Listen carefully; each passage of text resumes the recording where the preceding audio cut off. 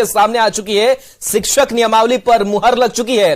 7वें चरण की बहाली पर मुहर लग चुकी है। न्यूज 18 की खबर पर भी यह मुहर है, क्योंकि हमने बताया था कि नीतीश कैबिनेट की जो बैठक होगी इसमें खुशखबरी शिक्षक अभ्यर्थियों के लिए निकल करके सामने आ सकती है। तो न्यूज 18 की खबर पर भी मुहर और नीतीश कैबिनेट में भी मुहर लगी है। शिक्षा नियमावली 2023 पर मुहर लगी है। नए फैसले के अनुसार अब शिक्षक राज्य कर्मी होंगे। तो अब शिक्षक अभ्यर्थियों के लिए बड़ी खुशखबरी, और शिक्षक अभ्यर्थी लगातार 7वें चरण की बहाली की मांग कर रहे थे। संजय फोन लाइन पर है। संजय, शिक्षक अभ्यर्थियों के लिए बड़ी खुशखबरी निकल करके सामने आई है। नई नियमावली पर मुहर लग गई है। क्या इस नई नियमावली में और किस तरीके से इसका फायदा अब सीधे शिक्षक अभ्यर्थियों को होने जा रहा है? देखिए, निश्चित तौर पर बिहार के शिक्षा महकमे से एक बहुत बड़ी खबर है, और लाखों अभ्यर्थियों के लिए जो लंबे अरसे से वो अपनी उम्मीद लगाए हुए थे, सरकार ने उनकी उम्मीदों को आज पूरा किया है। और बिहार में बिहार राज्य विद्यालय अध्यापक नियमावली 2023 को नीतीश कैबिनेट ने अभी से थोड़ी देर पहले मंजूरी दे दी है, और इसमें कई बदलाव लाए गए हैं। अब इसमें बदलाव के तहत सबसे बड़ी बात यही होगी कि जो शिक्षक होंगे राज्य सरकार के कर्मी होंगे, और राज्य सरकार के कर्मियों को जो सुविधा मिल रही है, वेतन से लेकर पेंशन तक और जो दूसरी सुविधाएं हैं, वो सारी सुविधाएं अब शिक्षक जो अभ्यर्थी होंगे, जो शिक्षक बहाल होंगे, उनको मिलेगी। और 3 बार उनको एग्जाम देने का मौका मिलेगा। और जो प्रावधान लाया गया है इस नियमावली के गठन के उपरांत राज्य में प्रारंभिक एवं माध्यमिक शिक्षा के प्रभावी प्रबंधन और शिक्षा में गुणवत्ता सुधार के लिए विद्यालय स्तर पर प्रभावी हस्तक्षेप ये माना जा रहा है। और बिहार सरकार के नियंत्रणाधीन जितने भी विद्यालय हैं, तो उससे अध्यापकों के एक नए संवर्ग का गठन हो सकेगा, जो राज्य कर्मी की तरह होगा। इसके अलावा वर्तमान में पंचायती राज संस्था एवं नगर निकाय के अंतर्गत नियुक्त कर्मी भी इस नियमावली की नियुक्ति प्रक्रिया के माध्यम से राज्य कर्मी के नए संवर्ग में, यानी जो पंचायत शिक्षक है, नगर निकाय के शिक्षक है, उनको भी इसके माध्यम से परीक्षा में बैठने की अनुमति होगी, और वो भी राज्य कर्मी बन सकते हैं। तो एक बड़ा फैसला बिहार सरकार का नीतीश कैबिनेट ने अभी से थोड़ी देर पहले इस पर मुहर लगाई है। और विस्तृत तौर पर जो जानकारी दी जा रही है, इसमें महिलाओं के लिए भी महिलाओं के लिए आरक्षण का प्रावधान होगा।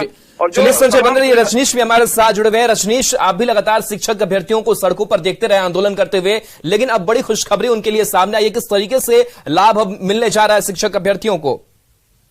बिल्कुल, देखिए, बिहार के लिए सबसे बड़ी खबर होगी, क्योंकि शिक्षा के क्षेत्र में लगातार सरकार जो है वादा कर रही थी, दावा कर रही थी, लेकिन सबसे बड़ी जो पेंडिंग प्रक्रिया थी वो शिक्षक बहाली की थी। अब ऐसे में जो नियमावली है उस पर मुहर लगी है। अब लाखों अभ्यर्थी हैं, उनकी उम्मीदें जगी है, तो अब जो है बहाली प्रक्रिया भी शुरू होगी। बता दें आपको, हालांकि जो उम्मीद नहीं की जा रही थी उन चीजों का जिक्र किया गया है कैबिनेट में। जो नई नियमावली बनी है उसमें अब आयोग के माध्यम से बहाली होगी। तो जो अभ्यर्थी अभी न्यूज 18 देख पा रहे हैं उनको ये जानकारी दे दें कि अब जो बहाली होगी वो आयोग के माध्यम से होगी। पहले क्या था कि जो नियोजन इकाई है उसके माध्यम से मुखिया या प्रखंड प्रमुख या जिला पार्षद वो करते थे, लेकिन अब आयोग के माध्यम से एप्लीकेशन जो है जारी किया जाएगा। और अब जो है जो अभ्यर्थी जो सीटेट बीटेट या एस्टेट पास है वो अब उस बहाली में डिजर्व करेंगे और वो एप्लीकेबल हो सकेंगे। तो इसमें सबसे बड़ी बात है कि महिलाओं के लिए एक बड़ा तोहफा दिया गया है सीएम नीतीश की तरफ से कि अब सभी विषयों पर 50% जो है आरक्षण का लाभ महिलाओं को दिया जाएगा। तो जो महिला अभ्यर्थी सीटेट बीटेट एस्टेट पास है उनके लिए सीधा एडवांटेज होगा कि अब वो टीचर बन सकेंगे आसानी से। सभी विषयों में उनको 50% आरक्षण मिलेगा। 3 लाख सीटें खाली है बिहार में, उसमें टीचर्स हैं, लाइब्रेरियन है, कंप्यूटर टीचर है, तमाम लोगों को अब फायदा मिलेगा। और 3 लाख में एक तरह से कहें तो माध्यमिक हो या फिर प्रारंभिक हो, दोनों की बहाली शुरू होगी। सबसे पहले ये बताया जा रहा है कि माध्यमिक के लिए विज्ञापन जारी होगा, उसके बाद क्लास 1 to 8 यानी प्रारंभिक के लिए विज्ञापन जारी होगा। तो जो विषयवार टीचर की कमी है बिहार में, अब जो है इस बहाली के बाद जो विषयवार टीचर है उनकी कमी दूर होगी और बच्चों को। चलिए, बिल्कुल रजनीश, तो बड़ी खुशखबरी है। फिलहाल बहुत बहुत शुक्रिया तमाम जानकारी के लिए। संजय भी हमारे साथ जुड़े हुए हैं। संजय, अब आयोग के जरिए जो बहाली है वो की जाएगी और पहले नियोजन इकाई के जरिए जो बहाली है वो की जाती थी, तो अब कितना अंतर होगा और पारदर्शिता भी अब पहले से ज्यादा होगी? शिक्षक नियुक्त होते थे बिहार में, नियोजन इकाई के माध्यम से होते थे और वो राज्य सरकार के कर्मी नहीं माने जाते थे, तो कहीं ना कहीं उनको चूसती थी ये बात। सरकार ने जो अब अहम फैसला लिया है कि कमीशन के माध्यम से सरकार एक कमीशन आयोग का गठन करेगी और आयोग जब परीक्षा लेकर उनको शिक्षक बनाएगा तो वो राज्य सरकार के कर्मी होंगे। तो ये बहुत बड़ी सौगात मानी जा रही है। निश्चित तौर पर नीतीश सरकार ने एक अहम फैसला लिया है अब शिक्षक जो है केवल शिक्षक नहीं रहेंगे, वो राज्य सरकार के कर्मी भी रहेंगे। अब वो पहले शिक्षक कहे जाते थे, लेकिन राज्य सरकार के कर्मी थे तो राज्य सरकार की कर्मियों को सुविधाएं मिलती थी, वो सुविधाएं उन्हें नहीं मिल पाती थी। लेकिन सब बातें अतीत की हो जाएंगी। अब नए शिक्षक जो होंगे वो बिहार सरकार के एम्प्लॉय होंगे, या बहुत बड़ी सौगात है उनके लिए। और निश्चित तौर पर आयोग जो है उनको 3 बार परीक्षा कम देगा, 3 बार वो एग्जाम में अपियर होंगे, और इन तीनों बार में सेलेक्ट हो जाते हैं तो वो राज्य सरकार के एम्प्लॉय होंगे। ये बहुत बड़ी सौगात। और जो शिक्षक क्षेत्र से, जो शिक्षा जगत से जो लोग हैं जिन्होंने उम्मीद लगा रखी थी, लाखों छात्र लगातार सड़कों पर प्रदर्शन कर रहे थे आखिरकार, और मुख्यमंत्री ने कई बार आश्वासन भी दिया, सार्वजनिक मंच से उन्होंने कहा कि आप पेशेंस रखिए, सरकार आपके लिए बड़ी चीजें लाएगी। और आखिरकार मुख्यमंत्री ने जो कहा छात्रों और अभ्यर्थियों से, उसको पूरा किया उन्होंने, और आज सरकार का वायदा पूरा हुआ होता दिख रहा है। और निश्चित तौर पर एक बहुत बड़ी सौगात शिक्षा जगत के लिए और लाखों ऐसे अभ्यर्थियों के लिए जो शिक्षक बनने का स्वप्न संजोए हुए थे, अब वो बिहार सरकार के कर्मी होंगे। जी, अब इस नई नियमावली पर मुहर लग चुकी है, लेकिन कहीं ना कहीं जो शिक्षक अभ्यर्थी हैं वो भी इस बात का इंतजार कर रहे होंगे कि आखिर जो पूरी प्रक्रिया होगी उसमें कितना वक्त लगेगा और कितनी जल्दी हमारी बहाली हो सकेगी। वक्त क्या लग सकता है, क्या लग रहा है इसके बाद से, अब मुहर लगने के बाद? जी बिल्कुल, देखिए जो प्रक्रिया होगी, नियुक्ति की प्रक्रिया होगी, उसमें तमाम प्रावधान ला दिए गए हैं। मंत्रिपरिषद को मंजूरी देती है, उसमें नागरिक होना चाहिए इंडिया का, उम्र रिलैक्सेशन एज का फिक्सेशन भी कर दिया गया। तमाम जो प्रक्रिया है वो तो निर्धारित कर दी गई, बस एक आयोग का गठन करना है और सरकार के लिए देखना होगा वो जो समय सीमा है कितने दिनों के अंदर वो आयोग का गठन सरकार कर देती है। और जैसे ही आयोग का गठन हो जाएगा, निश्चित तौर पर इस आयोग का एकमात्र काम बिहार में शिक्षक, क्योंकि अब एक और फैसला लिया सरकार ने कि अब कभी भी जो भी शिक्षक की नियुक्ति होगी इसी आयोग के माध्यम से होगी। अब कोई नियोजन इकाई नहीं होगी बिहार में, न तो नगर निकाय के माध्यम से नियुक्ति होगी, न पंचायत के माध्यम से होगी। अब आयोग के माध्यम से शिक्षक नियुक्त किए जाएंगे और ये बहुत बड़ा फैसला है। जो फैसला लेगा अब आयोग ले, और जितना जल्द आयोग का गठन हो जाएगा निश्चित तौर पर उतना जल्द नियुक्ति की प्रक्रिया जो है वो भी शुरू हो जाएगी। जी, जो शिक्षक अभ्यर्थियों का एक आक्रोश दिख रहा था सरकार के खिलाफ, या फिर कह सकते हैं कि सड़कों पर उनका उतरना होता था, उस पर भी अब लग रहा है कि लगाम लगेगा। और एक चुनावी तौर पर भी अगर देखें तो क्या उस मद्देनजर भी सरकार ने ये फैसला किया है, क्या माना जाए? जी देखिए, निश्चित तौर पर जैसा कि मैंने कहा, चूंकि सरकार के लिए भी कम प्रेशर की बात ये नहीं थी। कई बार सार्वजनिक तौर पर उप मुख्यमंत्रियों या फिर नीतीश कुमार हो, जिस तरीके से लाखों अभ्यर्थी, हजारों अभ्यर्थी पटना की सड़कों पर उतरकर प्रदर्शन कर रहे थे, तो सरकार भी प्रेशर में थी। लेकिन थोड़ी नियमावली बनने में देरी हुई और एक बड़ा फैसला लेना था। आज का जो ये फैसला है वो साबित कर रहा है कि सरकार किसी बड़े फैसले को लेकर काम कर रही थी और उसी बड़े फैसले को आज मूर्त रूप दिया गया है। ये मामूली बड़ा फैसला नहीं है, क्योंकि मैंने जैसा कि आपको बताया कि जो शिक्षक होते थे उन्हें केवल नियोजित शिक्षक का कर संबोधित किया जाता था। लेकिन आज आप जो फैसला लिया सरकार ने वो बिहार सरकार के कर्मी होंगे, तो भला इससे बड़ी सौगात उनके लिए क्या हो सकती है। तो ऐसे में छात्र शिक्षक अभ्यर्थी जो सोच रहे थे उससे कहीं अलग जाकर सरकार ने उनके लिए एक बड़ा तोहफा दिया है। और निश्चित तौर पर देखना होगा धीरे धीरे जो संघ है उनकी तरफ से भी प्रतिक्रिया आएगी और वेलकम किया जाना चाहिए, एक ड्रेसिंग स्टेप बिहार सरकार की तरफ से। ऐसे में जबकि चुनावी साल जब नजदीक आ रहा है और लाखों अभ्यर्थियों की बात थी और सरकार ने जो उनकी उम्मीदों थी उन उम्मीदों को पूरा किया। चलिए संजय, बने रहिए हमारे साथ। पटना से शिक्षक नेता अश्विनी पांडे भी हमारे साथ जुड़े हुए हैं। अश्विनी जी, लगातार आप लोग आंदोलन कर रहे थे, नेतृत्व भी आप कर रहे थे, लगातार शिक्षकों का जुटान हो, नियमावली को लेकर के बातचीत हो, और अब लग रहा है कि आप लोगों का आंदोलन अब सफल हुआ है, अब उम्मीदें जग गई है ना? जी, सबसे पहले तो न्यूज 18 को धन्यवाद कि हम लोगों के आवाज को आपने प्रमुखता से समय समय पे उठाया है। तो बहुत खुशी का दिन है आज बिहार के नियोजित शिक्षक जितने हैं उनके लिए, अभ्यर्थियों के लिए, कि माननीय उप मुख्यमंत्री तेजस्वी यादव जी ने अपने जो घोषणा पत्र में इन चीजों का जिक्र किया था उसको वो पहला कदम उन्होंने बढ़ाया है। तो मैं माननीय मुख्यमंत्री जी, उप मुख्यमंत्री जी और शिक्षा मंत्री जी का धन्यवाद करना चाहूंगा। साथ ही साथ ये कहूंगा कि नियोजित शिक्षक बिहार के जितने हैं उनके और भी बहुत सारी छोटी छोटी समस्याएं हैं जिन पे अगर वो ध्यान दे दें तो बहुत ज्यादा वित्तीय बोझ भी नहीं पड़ेगा और समस्याओं का समाधान हो जाएगा। जैसे स्थानांतरण का मुद्दा है, बहुत सारी महिला शिक्षिकाएं हैं, शिक्षक हैं जो बहुत दूर दूर पोस्टेड हैं, वो अपने पारिवारिक दायित्वों का जिम्मेवारी का वहन नहीं कर पा रहे हैं, नहीं उठा पा रहे हैं, वो तो ट्रांसफर की व्यवस्था सुनिश्चित की जाए। और इसी तरीके से बहुत छोटी छोटी समस्याएं हैं हम लोग का, और भी बहुत सारा छोटा छोटा मांग है जो सरकार पे बोझ नहीं बनेगा बहुत ज्यादा वित्तीय और आसानी से हो सकता है। तो हम चाहेंगे कि ऐसे ही सकारात्मक कदम उठाते हुए, दिखाते हुए और सरकार ये कदम उठाए। जहां तक रही नियमावली की तो हम लोग देख रहे हैं उसको, हम लोग के पास उसको सामने लाया नहीं गया है। देख लेते हैं, फिर उस पर हम लोग अपना प्रतिक्रिया देंगे। वैसे जो खबरें हम लोगों को मिली थी शिक्षा मंत्री के कार्यालय से, हम धन्यवाद करना चाहेंगे। उन लोगों ने लगभग हम लोग की मांगों को माना है, ऐसी खबर आ रही है। अगर ये सही होती है तो हम फिर शिक्षा मंत्री जी और उनके जो ओएसडी हैं उनको, सज्जन जी को, और सबसे ज्यादा धन्यवाद हम लोग पालीगंज के विधायक संदीप सौरभ जी का करना चाहेंगे। उन्होंने भी बहुत सकारात्मक भूमिका इसमें निभाई है। तो सभी तरह के शिक्षक इस में बैठ पाएंगे। 50% महिलाओं को भी आरक्षण दे दिया गया है, 10 साल की छूट दे दी गई है। नियमावली में कई सुविधाएं जो है, शिक्षकों को अंतर जिला की सुविधाएं जो है वो भी दी गई है। तो इस नई नियमावली को लेकर के, और चलिए अश्विनी जी बने रहे, शिक्षक अभ्यर्थी अभिषेक भी हमारे साथ जुड़े हुए हैं। अभिषेक, अब आप लोगों के लिए एक अच्छी और बड़ी खबर, खुशखबरी जो है वो निकल करके सामने आई है कि करीब 3 लाख शिक्षकों के जो बहाली का रास्ता है वो साफ हो गया है, नई नियमावली पर मुहर लग गई है। अब क्या लग रहा है कि आप लोगों का आंदोलन सफल हुआ है और जल्द बहाली की प्रक्रिया पूरी होगी? जी, बहुत बहुत धन्यवाद। सबसे पहले न्यूज 18 को मैं धन्यवाद देना चाहता हूं कि यह प्रमुखता से हमारी खबरों को और आंदोलन को चलाते रहे हैं।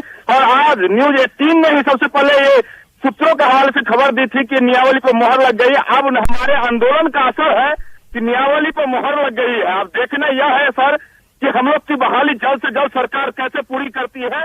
बस यही हम लोग का आशा है कि जल्द से जल्द हमारी बहाली पूरी हो जाए। और हम सरकार से यही मांग करते हैं कि जल्द से जल्द हमारी बहाली पूरी हो जाए। हम लोग एसटीईटी मेरिट शिक्षक अभ्यर्थी 30,675 पिछले 4 सालों से बैठे हुए हैं और न्यूज 18 ने हमारी आवाजों को बराबर हर आंदोलन में उठाया है, उसके लिए धन्यवाद सर। अभिषेक, पहले नियोजन इकाई के तहत बहाली की जाती थी, अब तो कमीशन बन जाएगा और बाकी पारदर्शी तरीके से आप लोगों की बहाली जो है वो सुनिश्चित की जा सकेगी। तो क्या लग रहा है कि इसका फायदा आप लोगों को मिलेगा? अब सड़कों पर उतरने की आप लोगों को भी नौबत नहीं आएगी?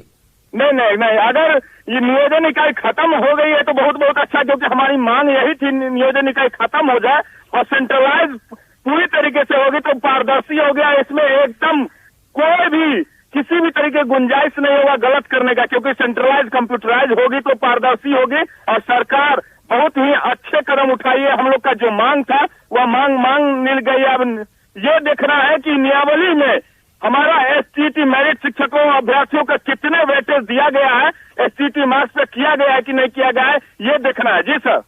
चलिए, बिल्कुल। तो आप लोगों की नियुक्ति की जो प्रक्रिया है वो अब और ज्यादा कह सकते हैं कि आसान हो गई है। आप लोगों के लिए खुशखबरी जो है वो भी सामने आ रही है। लेकिन जिस तरीके से देखा जाए, आप लोग लगातार आंदोलन कर रहे थे और कई मसलों को लेकर के उठा रहे थे कि जो पूरी प्रक्रिया होती है वो काफी अनसुलझी हुई होती है, वो सुलझी हुई नहीं होती है। तो ऐसे में जो नई नियमावली है जिसकी आप लोग मांग कर रहे थे, क्या उसके करीब मानते हैं कि इस नई नियमावली के जरिए नियम बनाए गए हैं और उसका फायदा आप लोगों को पहुंचेगा?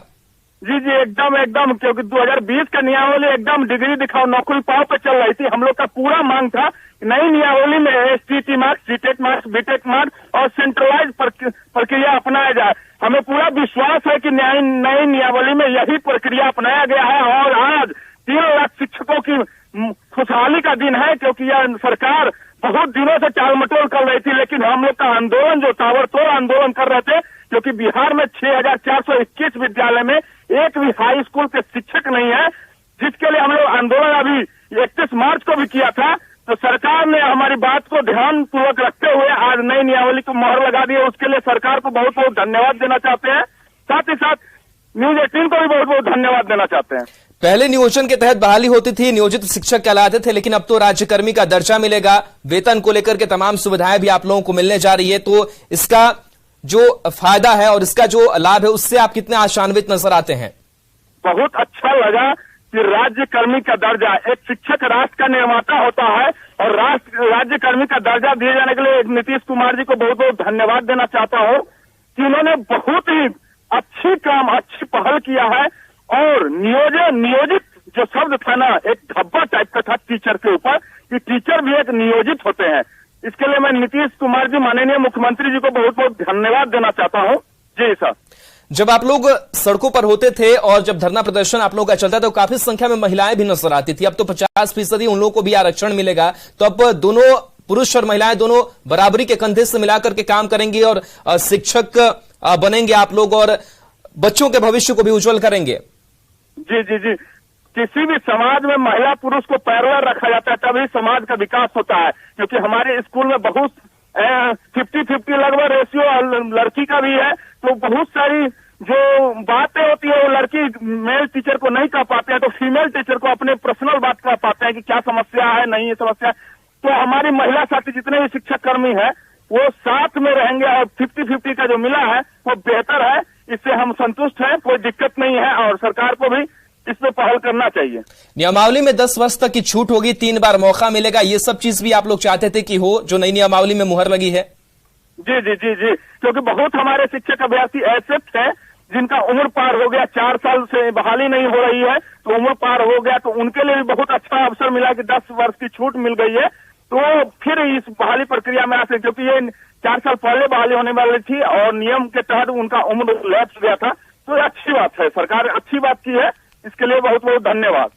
इसके आगे भी जो प्रक्रिया होगी भर्ती की, वो भी कमीशन के जरिए ही की जाएगी भविष्य में, ऐसी संभावना जो है वो जताई जा रही है कि ये सिर्फ इस साल के लिए ही नहीं है बल्कि इस नियमावली के जरिए कहीं ना कहीं आगे के भविष्य का भी रास्ता साफ हुआ है। तो आने वाले वक्त में भी लग रहा है कि इसका फायदा शिक्षक अभ्यर्थियों के लिए, जो शिक्षक बनना चाहते हैं उनके लिए होगा। जी जी जी जी, ये जो आने वाले जो, सर एक बार क्वेश्चन रिपीट कीजिएगा। आने वाले भविष्य की भी अगर बात करें तो जिस कमीशन के जरिए बहाली की जाएगी या फिर जो नए शिक्षक बनना चाहेंगे उनके लिए भी रास्ता आसान होगा। जी जी जी जी, क्योंकि ये आगे कंपटीशन एग्जाम से जब शिक्षकों की बहाली होगी तो बेस्ट और मेरिट शिक्षक की बहाली होगी। जिस तरीके से STT मेरिट शिक्षक प्रतियोगिता परीक्षा से हुआ था, उसी तरीके से एग्जाम अगर शिक्षकों की होगी तो बिहार एजुकेशन में नंबर 1 पे जाएगा, जो कि अभी सबसे नीचे स्तर पे है। सेंसेक्स उठा के देख लिया जाए तो लिटरेसी रेट सबसे नीचे है। तो हम चाहते हैं कि सरकार का ये जो कदम है कि कंपटीशन के द्वारा शिक्षकों की बहाली हो, वो बेहतर कदम सोची गई है और शिक्षकों को अच्छा अवसर मिलेगा, क्वालिटीपूर्ण एजुकेशन मिलेगा बच्चों को। इसके लिए बहुत बहुत धन्यवाद देना चाहते हैं। सरकार ने, अभिषेक जी, अपना पूरा काम कर लिया है कि आप लोगों की भर्ती आसान हो जाए, लेकिन अब जब एज ए शिक्षक आप लोग पढ़ाने के लिए जाएंगे तो आप लोगों के ऊपर भी बड़ी जिम्मेदारी होगी कि बच्चों को किस तरीके से गुणवत्तापूर्वक हम शिक्षा दें, क्योंकि आप लोगों की जरूरत थी तो आप लोग साथ आकर के आंदोलन कर रहे थे और तमाम चीजें शिक्षकों के, शिक्षक अभ्यर्थियों के साथ कोऑर्डिनेट करके कर रहे थे। तो क्या लग रहा है कि आप लोगों की भी कितनी बड़ी जिम्मेदारी होगी ताकि आप लोग बच्चों को अच्छी शिक्षा दे सके?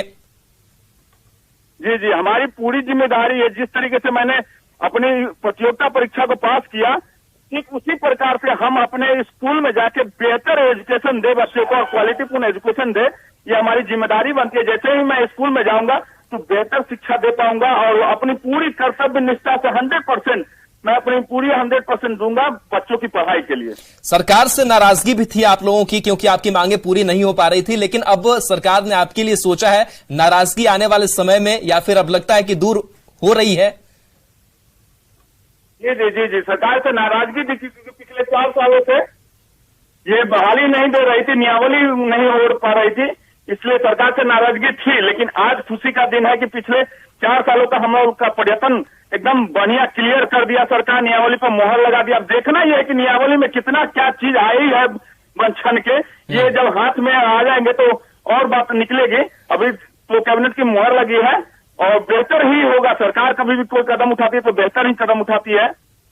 आशा है यही कि अच्छा कदम होगा, उसमें सेंट्रलाइज अपनाया गया, ये सब बेस्ट तरीका है। जी चलिए, बिल्कुल अभिषेक, शुक्रिया हमारे साथ जुड़ने के लिए। और संजय भी हमारे साथ लाइव जुड़े हुए हैं। और संजय, जिस तरीके से अब नई शिक्षा नियमावली पर मुहर लग गई है, लाखों शिक्षक अभ्यर्थियों के लिए काफी बड़ी खुशखबरी निकल करके सामने आई है, और अब सबसे बड़ी बात कि नियोजित शिक्षक नहीं बल्कि अब राज्यकर्मी होंगे, तो जाहिर सी बात है कि चाहे वो वेतन को लेकर के हो और भी सुविधाओं को लेकर के हो, उसका ज्यादा फायदा मिलेगा शिक्षकों को।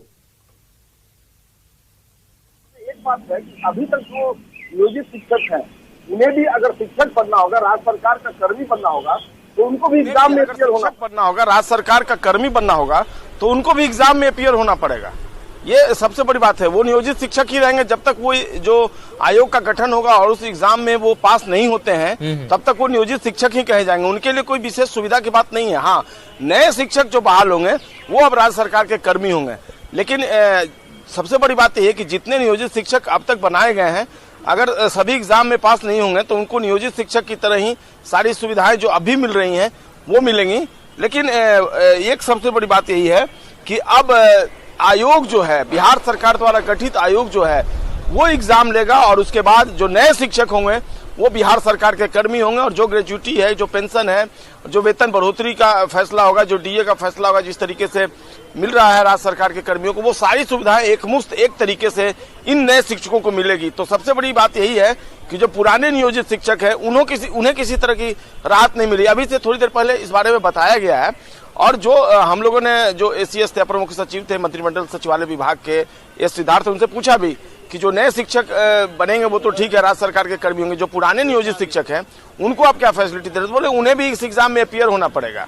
और जो ये सारी बातें हो रही थी 7वें चरण की सबकी, अब सबको नई शिक्षा नियमावली जो बनी है सरकार की, उसी के तहत जो आयोग का गठन होगा उसके तहत वो एग्जाम में शामिल होंगे। 3 बार उन्हें मौका मिलेगा और तमाम तरह की सुविधाएं जो है और जो प्रावधान किए गए हैं, बहुत लंबा चौड़ा जो नियम और प्रावधान जो लाया गया है, उसमें नियुक्ति की प्रक्रिया शिक्षा विभाग द्वारा विद्यालय अध्यापक के पद पर सीधी नियुक्ति, जिला स्तर पर रिक्त पदों की गणना करके रोस्टर क्लियरेंस के साथ जो आरक्षण का नियम होगा उसकी अधियाचना आवश्यकता अनुसार आयोग को भेजी जाएगी। यानी जो जिला के अनुसार जो रिक्तियां होगी उसको आरक्षण के कोटिवार अधियाचना आवश्यकता अनुसार भेजी जाएगी और सीधी भर्ती हेतु जो नियुक्ति के लिए आवेदन मिलेगा उसकी अनुशंसा की जाएगी। उसके आलोक में आयोग रिक्तियों की संख्या विज्ञापित करेगा, यानी इसके लिए विज्ञापन निकाला जाएगा और आयोग द्वारा विज्ञापित आवेदन पत्र से विद्यालय में जो संख्या होगा वो तय होगा और अध्यापक अभ्यर्थी द्वारा योग्यता से संबंधित स्वघोषणा के आधार पर उनकी उम्मीदवारी का मूल्यांकन किया जाएगा। तमाम तरह की जो बातें हैं वो धीरे धीरे अब स्पष्ट होने लगी, यानी सरकार ने जो नियमावली है वो करीब करीब तय कर लिया है और आयोग जो है वो विद्यालय अध्यापक के सभी पदों पर सीधी नियुक्ति से भरे जाएंगे। विद्यालय अध्यापक के पद पर नियुक्ति हेतु अनिवार्य जो अर्हता होगी यानी योग्यता होगी वो इस प्रकार से होगी, भारत का नागरिक हो एवं बिहार राज्य का स्थायी निवासी हो। देखिए इंपॉर्टेंट बातें मैं आपको बता रहा हूँ, इंडिया का वो सिटीजनशिप उसको मिला हो लेकिन वो बिहार का नागरिक होना चाहिए। विद्यालय अध्यापक के पद पर नियुक्ति के लिए राष्ट्रीय अध्यापक शिक्षा परिषद द्वारा समय समय पर निर्धारित शैक्षणिक एवं प्रशैक्षणिक योग्यता को वो धारित करता हो, यानी उसके पास ये क्वालिफिकेशन हो। विशेष विद्यालय अध्यापक के लिए अर्हता भारतीय जो पुनर्वास परिषद है उसके अनुसार जो रूल रेगुलेशन है उसके अनुसार वो एक्सेप्ट किया जाएगा। तीसरी बात है कि राज्य सरकार एवं केंद्र सरकार द्वारा समय समय पर आहूत शिक्षक पात्रता परीक्षा उत्तीर्ण हो, लेकिन वर्ष 2012 से पूर्व नियुक्त एवं कार्यरत शिक्षक जो दक्षता परीक्षा उत्तीर्ण होंगे उनके लिए शिक्षक पात्रता परीक्षा में उत्तीर्णता अनिवार्य नहीं होगी। आयु जो है वो बताया गया कि प्राथमिक एवं मध्य विद्यालय में विद्यालय अध्यापक की नियुक्ति के लिए जो नियुक्ति वर्ष की 1 अगस्त को अभ्यर्थियों की न्यूनतम आयु 18 वर्ष यानी मिनिमम जो एज का कैटेगरी रखा गया है योग्यता वो 18 साल एवं कोटिवार अधिकतम आयु सीमा वही होगी जो राज्य सरकार के जो कर्मी होंगे समान प्रशासन विभाग द्वारा पहले से तय है उसके अनुसार निर्धारित किया जाएगा। इसके अलावा कई और जो नियम और जो प्रक्रियाएं निर्धारित की गई हैं उसके अनुसार समय समय पर एक और चीज दी गई कि प्राथमिक विद्यालयों में नियुक्ति के लिए नियुक्ति वर्ष की 1 अगस्त को अभ्यर्थियों की न्यूनतम आयु 21 वर्ष होगी एवं जो कोटिवार अधिकतम आयु की सीमा वही होगी जो राज्य सरकार द्वारा समय समय पर निर्धारित किया गया। तमाम तरह की बातें जो हैं अभी जैसा कि आप पूछ रहे थे मैं आपको बता दूं कि नियम और जो प्रक्रियाएं हैं वो तय कर दी गई हैं। आयोग जो है जब डिस्ट्रिक्ट से जो वैकेंसी होगी शिक्षकों की वो आयोग को भेजा जाएगा। बिल्कुल संजय, तो अब जो नई शिक्षक को लेकर के जो नई नियमावली है उस पर मुहर लग चुकी है और कई जो सुविधाएं वो भी देने की कोशिश की गई है। फिलहाल बहुत बहुत शुक्रिया आपका तमाम जानकारी के लिए। तो एक बड़ी खुशखबरी अब शिक्षक अभ्यर्थियों को मिल चुकी है।